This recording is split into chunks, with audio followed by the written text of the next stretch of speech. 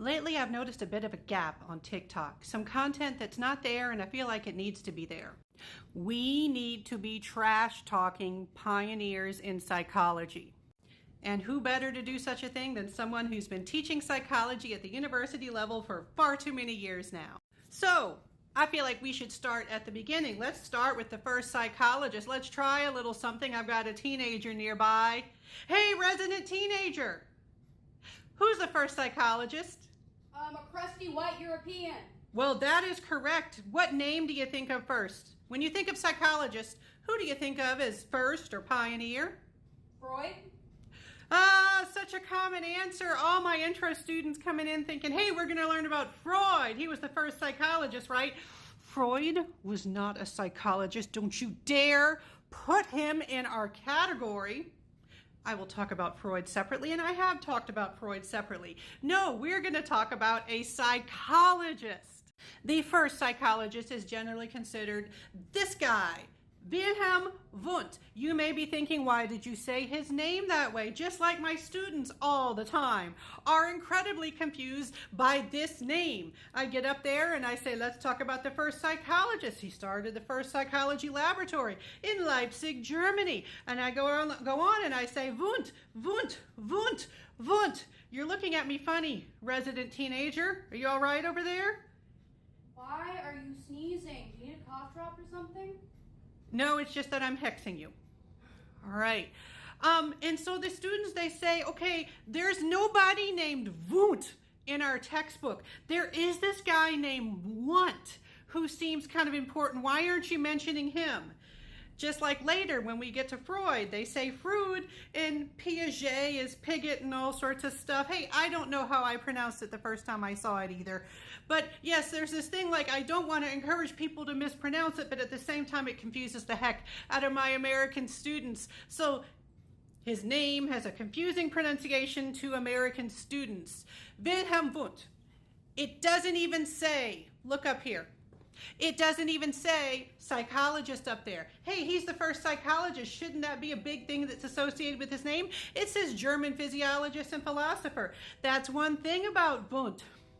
People don't think of him when they think of psychology, unless they are taking a test in a class that goes over the history of psychology. Now, I'm not worried about Wundt getting angry or suing me or getting his feelings hurt with me making fun of him because he is long dead. So he started that first psychology laboratory. What did he do in that laboratory? What did he study? As you can see, here he is with his esteemed colleagues and students. They're all white men because early days of science, Western science anyway, that's what you got.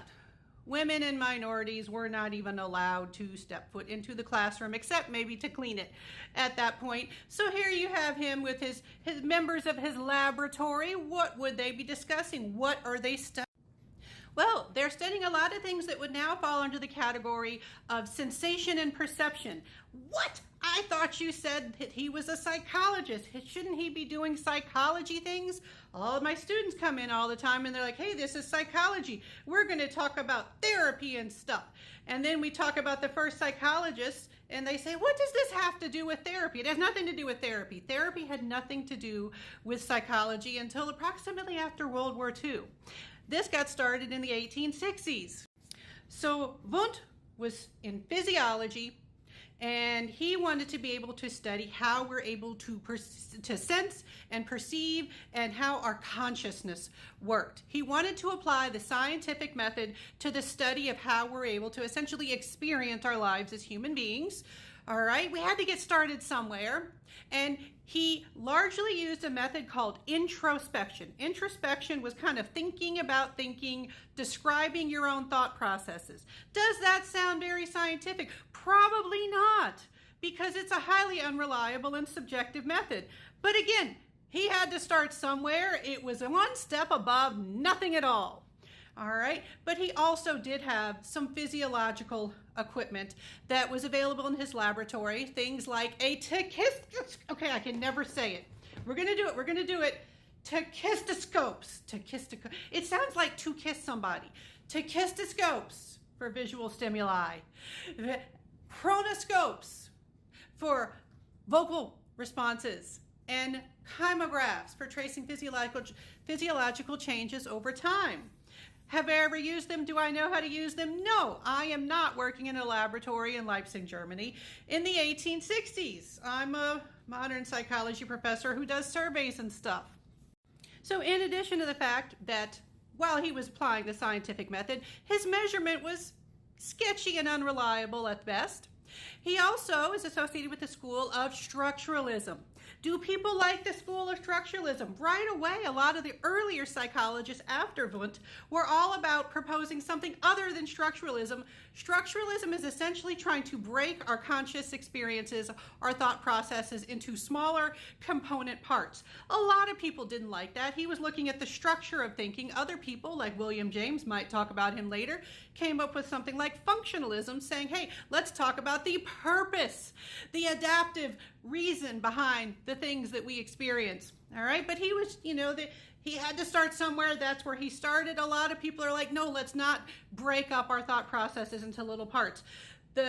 Here's another pronunciation issue. The Gestalt or Gestalt psychologists, they didn't like that. They'd say, hey, the whole is greater than the sum of its parts. And so, so a lot of people were like, hey, no, okay, I'm glad you got psychology started as a science, but is this really the way to do it? And so here we see Wundt sitting, doing who knows what, maybe introspection on the method of introspection. But I'm just going to hand it over to the resident teenager. What do you think of this guy? All right, first off, he looks like every Denny's employee in the area knows him by face and name. He looks like a Amish gold digger. By gold digger, I mean a prospector. He looks like he got nothing but pyrite, then his donkey ate it, died, and left him penniless.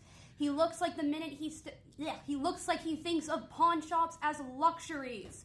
He looks like the Quaker Oats guy is his ex-boyfriend who is suing him for everything he has. He looks like he looks like the embodiment of the term crack lung. Anyway, thank you. Yes. All right, folks, so that was Wilhelm Wundt, considered the first psychologist. Question for you, are you going to remember him after this video? Or are you going to forget him just as quickly as my students do after taking the test that covers history of psychology?